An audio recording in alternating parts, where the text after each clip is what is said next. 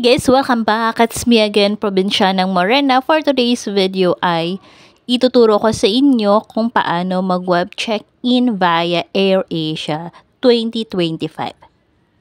Ang unang gagawin guys ay punta lang tayo sa Google Chrome and then type AirAsia and then lalabas na po yung official website ni AirAsia. Yung green yung ano nila.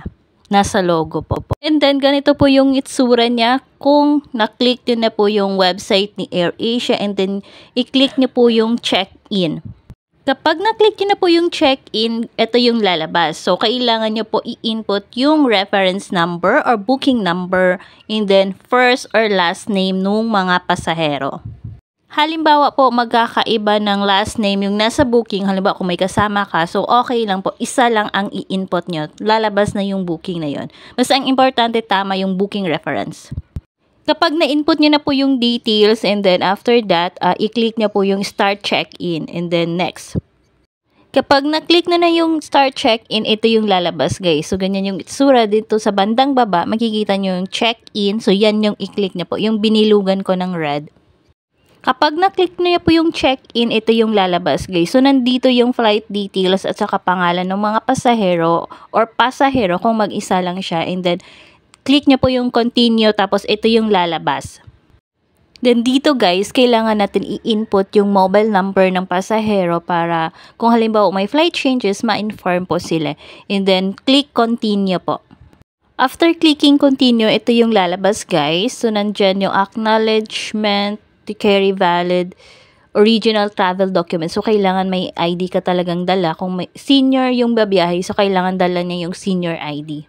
And then, click yes, I agree.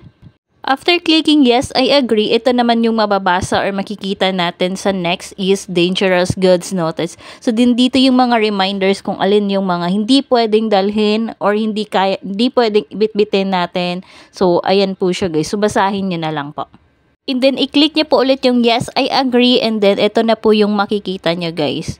So, ayan, your check-in. So, nakapag-check-in na tayo. So, dito naman guys, makikita yung flight details, then passenger's name, at saka iba pang details. And then, i-click niyo po yung download e-boarding pass.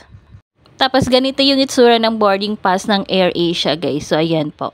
So, nandyan yung flight details, Manila to Tagbilaran, and then, yun yung flight number, and then yung boarding time, seat number, etc. So, ayan lang yung ipapakita nyo.